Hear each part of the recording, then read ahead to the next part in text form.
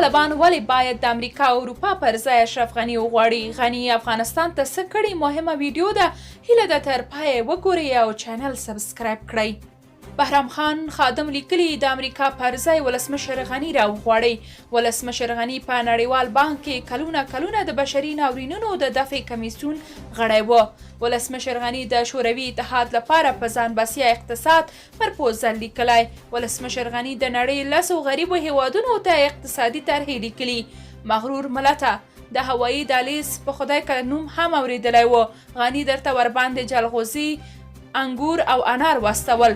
مغرور ملته اوبه د دې څکلو او پاکولو پرته نه پیژندې. ولسمشر غني درته پرې وطن رڼا کړ. د ګاونډیانو تیل او د افغانستان اوبه یې برابرې کړې. د هغه امریکایانو استادان چې تاسو یې افغانستان ته دعوت کوئ او د خپل اقتصاد رغونه ترې غواړئ، لسګونه او سلګونه یې د ولسمشر غني شاګردان دي. د سړي جرم څه دی؟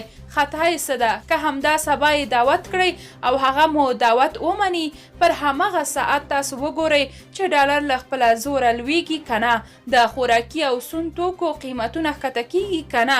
راځئ دغه بخت وازمایئ، په خدای که به تاوان وکړئ. ازمایښت شرط دی.